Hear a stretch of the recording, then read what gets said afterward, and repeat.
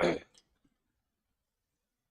good morning everyone, my name is Lalit Soni and you are watching Drishti IAS. In this live session, we will be talking about the Indian Express newspaper. As usual, prelims is around the corner, so you must have started for the prelims exclusively now.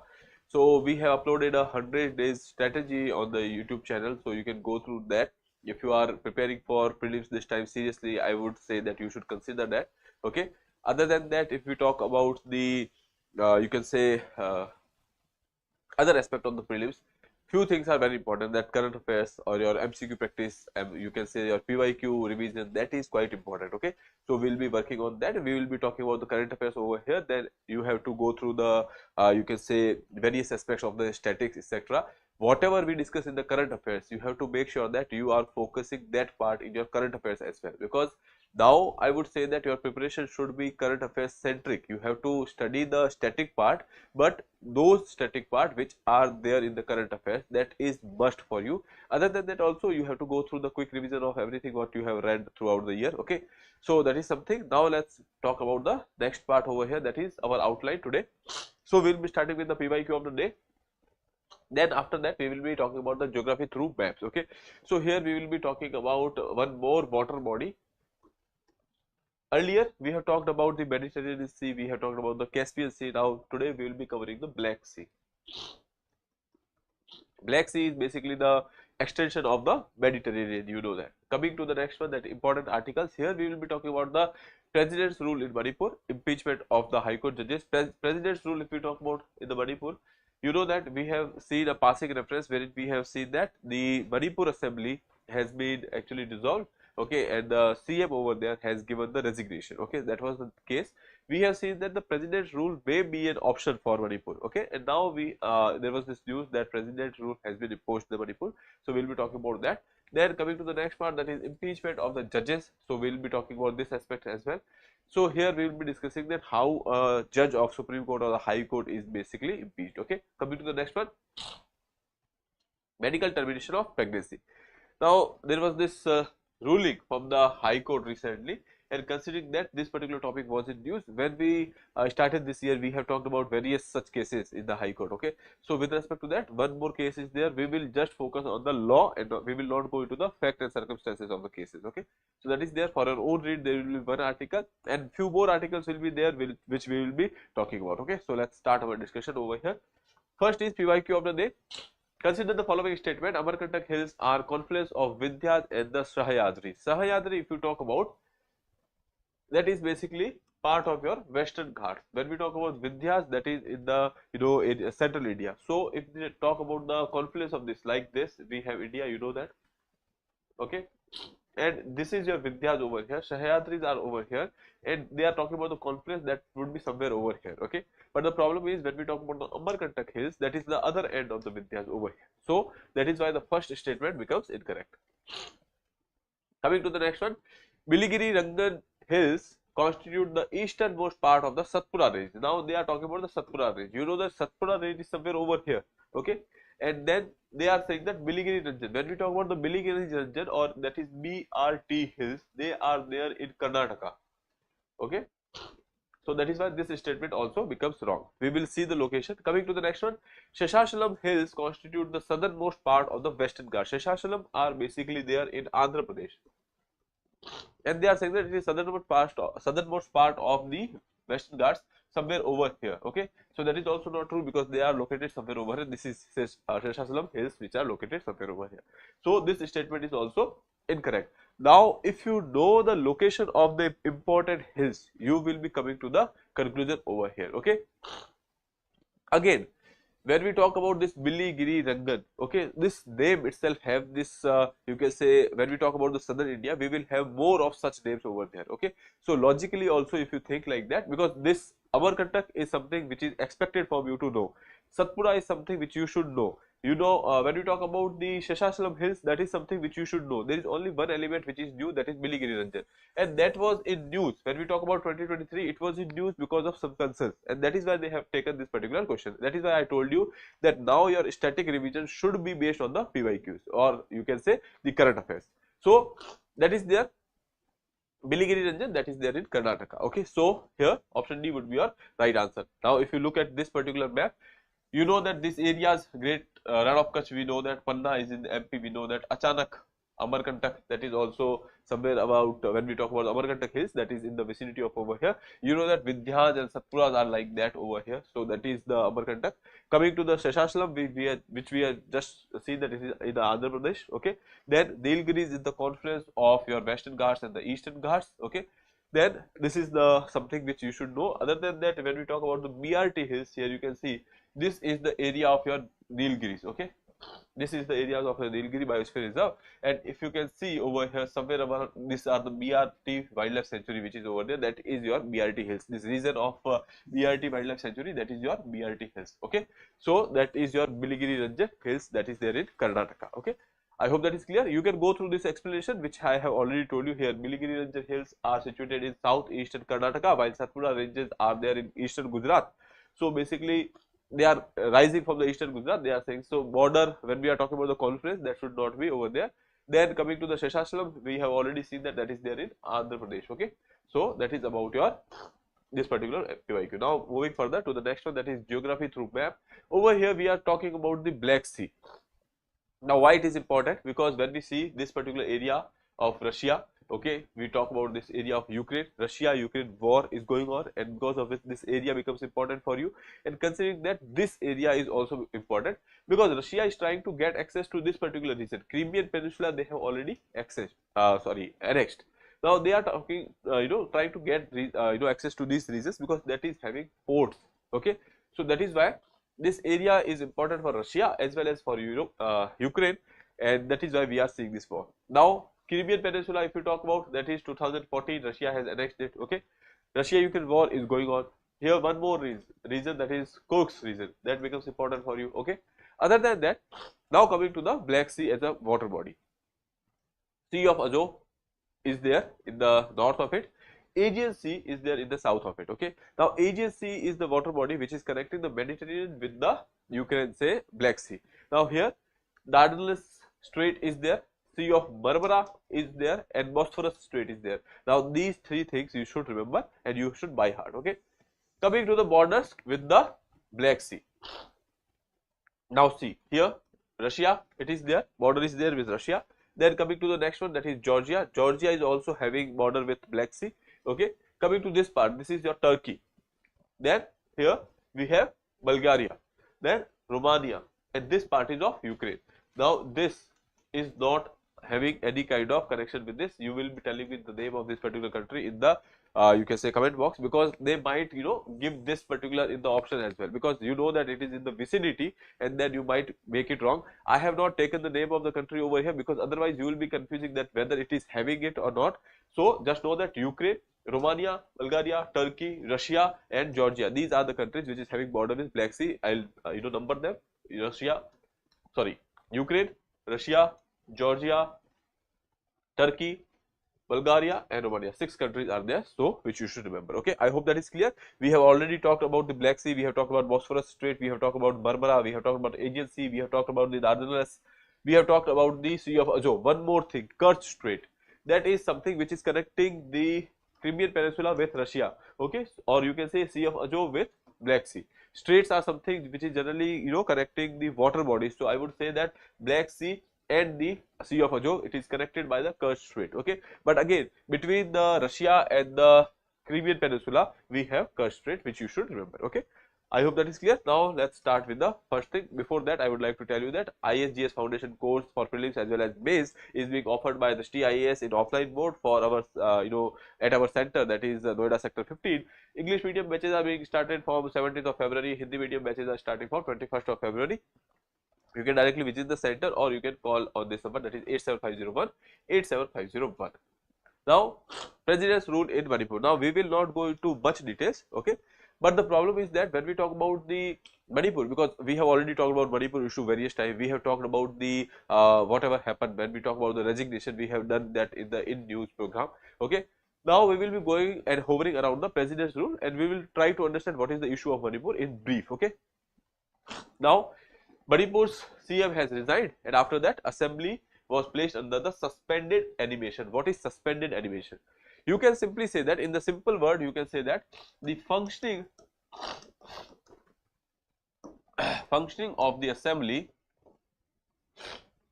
it was put on hold. Okay, so functioning of the assembly was stopped, so it is on the suspended animation. Okay, now moving further, governor's report to president. You know that when we talk about the president's rule, president can do it by on his own when he realizes that the constitution machinery is not working well.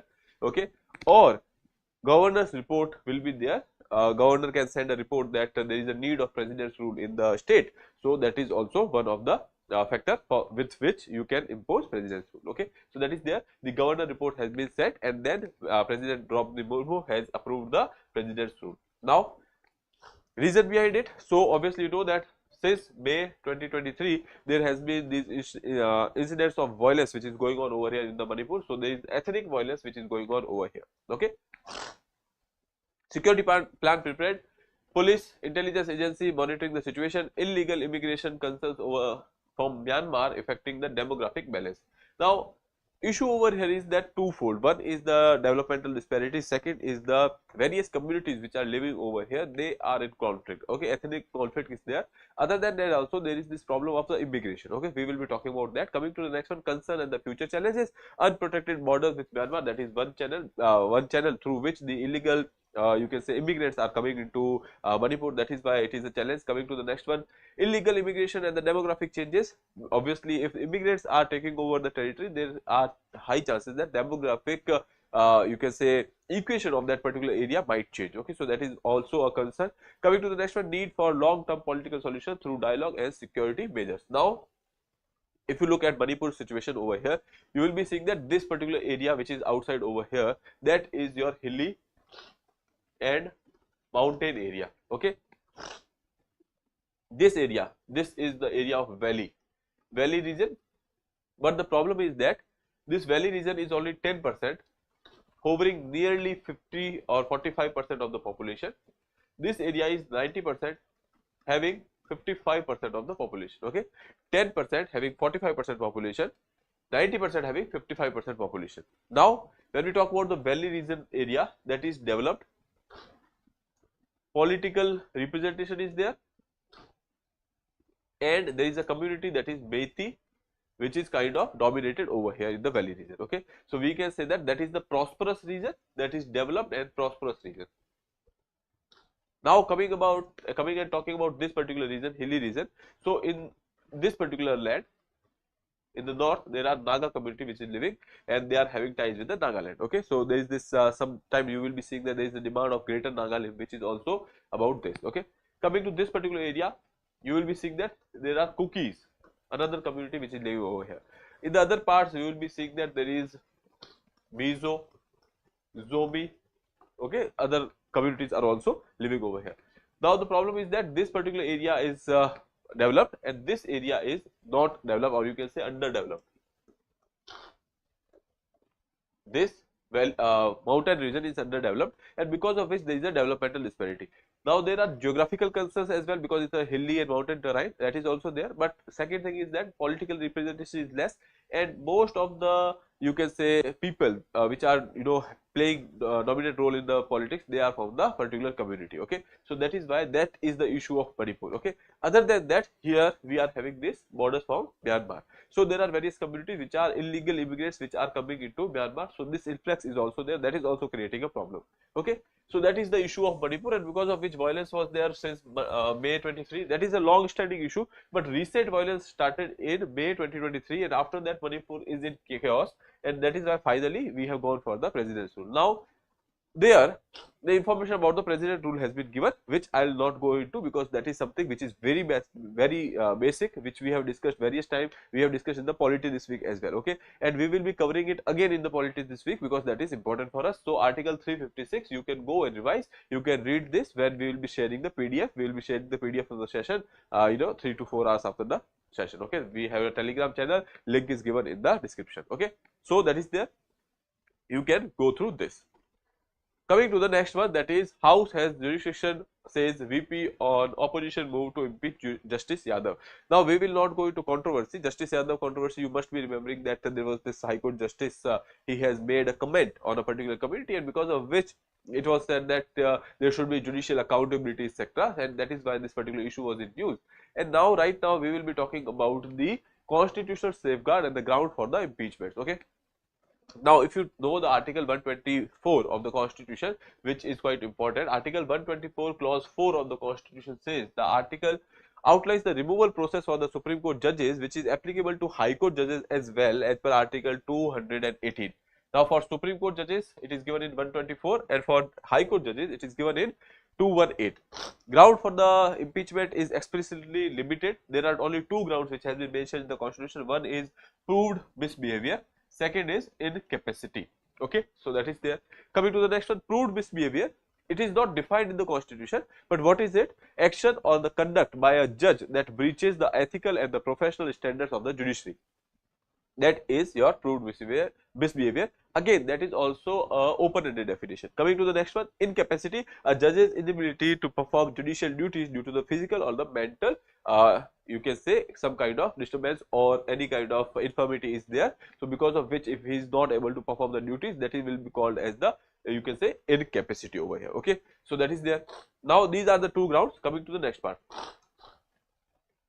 What is the removal process? So, here you can see Judges Inquiry Act 1968. We have already seen 124 clause 4 and 218 of the Indian Constitution, that is talking about the grounds for the removal of a judge. Okay, but the thing is, how a judge will be removed, the process has been given in the Judges Inquiry Act. Okay, so it governs the removal procedure for Supreme Court and the High Court judges. First, what will be there?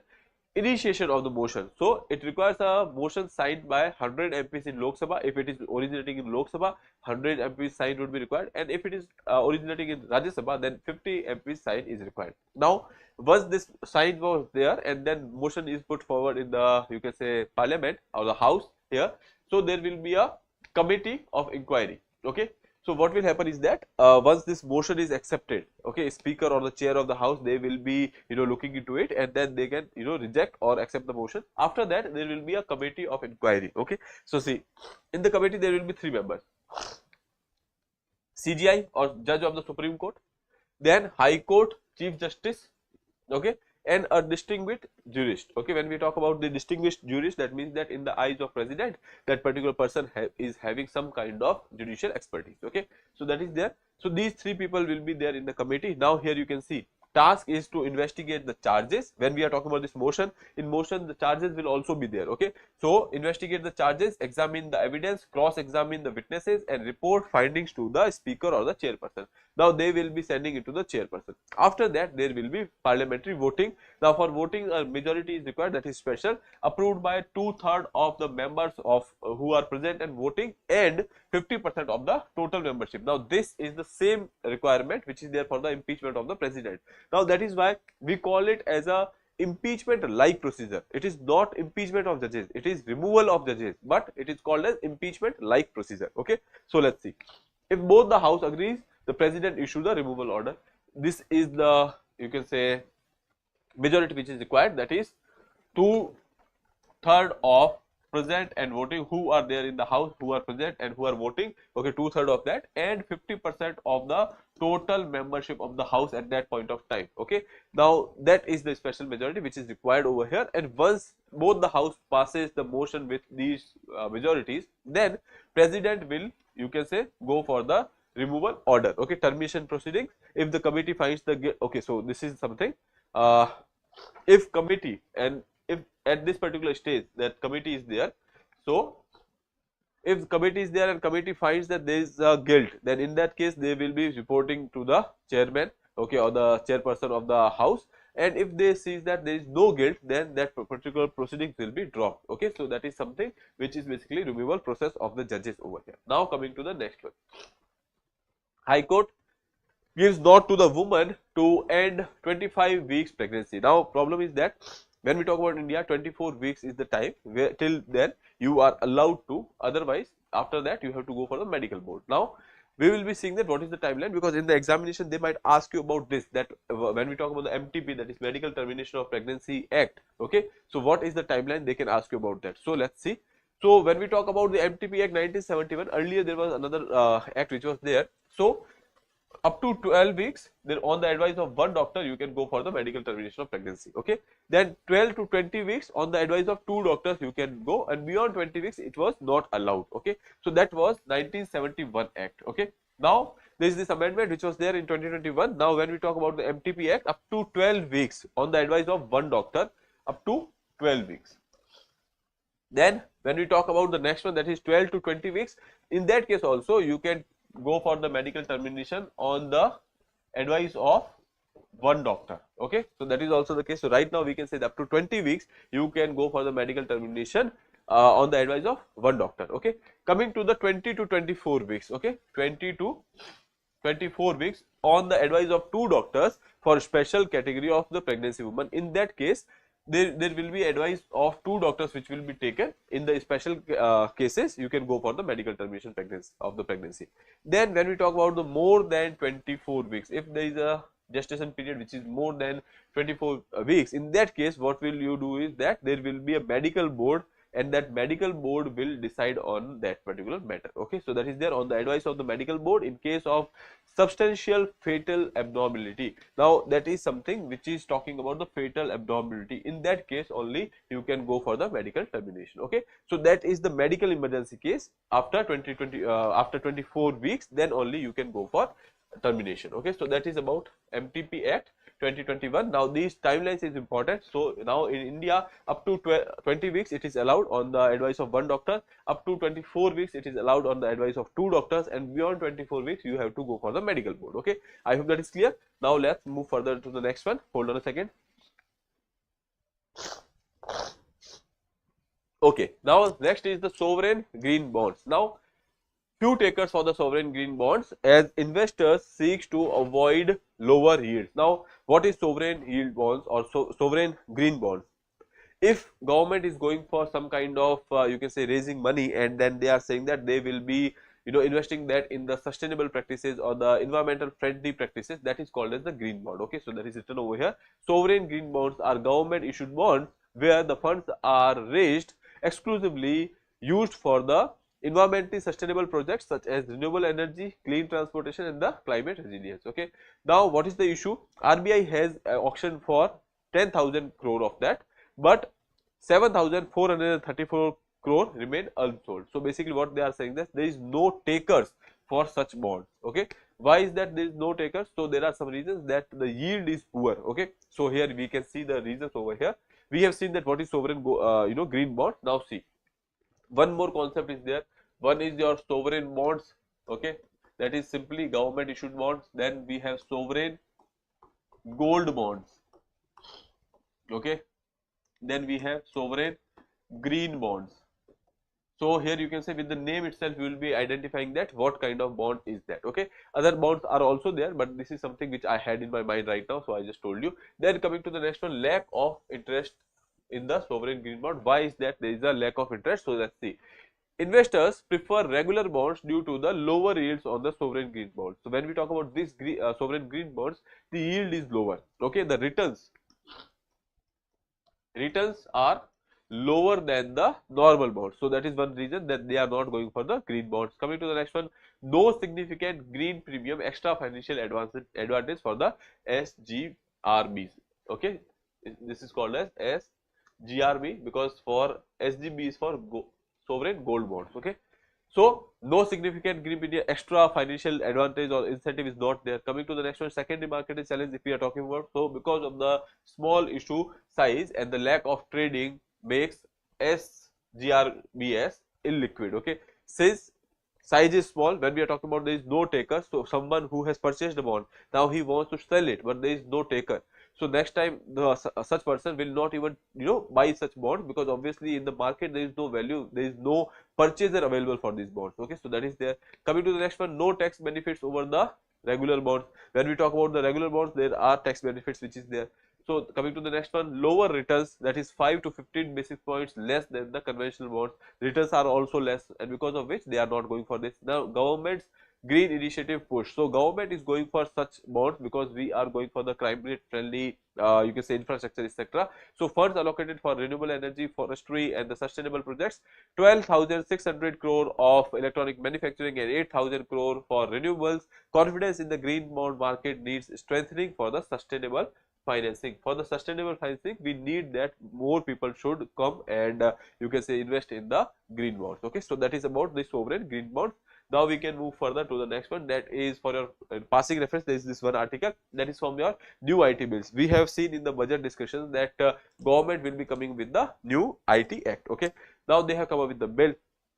Now we will not go into provisions because provisions we will understand when bill is passed. Till then we will not go much into the provisions. Now we will be seeing that why is that this new IT bill was needed and what kind of changes government is putting forward. So here you can see simplification and the structure. Government is going for the simplification. When we talk about the IT Act right now with the commentary, it will be something like this much book. Okay, so considering that they are going for the restructure and the simpling. So new bill will reduce complexities of the 1961 Income Tax Act. Last act which we have is Income Tax Act 1961. Okay, then chapter reduced from 47 to 23, nearly they will do it half. Coming to the next one, sections cut down from 819 to 536. Okay, still it is a big one, but still lesser than the previous one. Coming to the next one, words reduced from 5.12 lakh to 2.60 lakhs. Okay, so they are going for the restructuring. They are making it you can little lighter or the shorter. Key changes and the features. So new terminologies has been added. Earlier there is this word which was used, that is previous year. Now they will be using it as a tax year. Okay, coming to the next one, filing and the deduction provisions are simplified, exemptions revised, for example social security and the capital gains, scheduled streamlined, which will be there, reducing the redundancy. Okay, so that is there. Coming to the next one, new inclusion, if we talk about, so digital assets and the social media income. Still now if you are earning from the social media, let's say from the YouTube or from the Instagram, so you are not still in the tax bracket, so they have added that as well. So digital assets and the social media incomes defined under the taxation rules, that has been actually you can say added over here. Then coming to the next one, updated capital gains taxation to align with the financial year, that is also there. Coming to the next one, dispute resolution now includes specific panel for panel procedures. Okay, then coming to the next one, income tax rates and the compliance, no major changes in the tax rates, that is there. Illustrative tables added to make the law easier to understand. Now tables will be added over here, if some kind of summarized table will be there. Coming to the next one, road to implementation, public consultation which has been started after June 2023 will expected to take effects from the April 1st 2026, aims for smoother transition from the 1961 Act while maintaining the tax continuity. So that is something which we have talked about with respect to the Income Tax Act. If you want to go through that article you can, but I would suggest that it's fine, just note this much as of now, and if there is a major change we will be telling you about that. Okay, so that is about the new IT Act. Now for your own read, there is this article, defense to energy, deepening of India France ties amid geopolitical shift. Yesterday we have talked about that. Okay, you can go through this article, that is a good article which I would say, so you can go through this particular article. Now the thing is, when we talk about the prelims point of view, okay, so you know that there are certain, when we talk about the nuclear cooperation etc., so there are certain collaborative projects which are there between India and France. Now you should know about that. We know that there is this you can say Scorpion class submarine which is there, then Jaipur which is there. So these things you should remember about that. Okay, now in the end we have a practice question for you which was given to you in the previous lecture. So that was, yeah, Jaipur nuclear power plant is being developed in collaboration with which countries? Obviously just now I told you that option B, France is your answer. Now from today's discussion, the question is, what is primary purpose of sovereign green bonds? Funding defense projects, financing environmentally sustainable projects, supporting infrastructure for smart cities, providing subsidies for agricultural exports. Okay, so I hope that is clear. Now you can attempt this question and answer to me in the comment box. With that, I would like to take your leave. I'll see you in the next episode. Till then, have a nice day. Thank you and enjoy your studies, and please subscribe to the channel.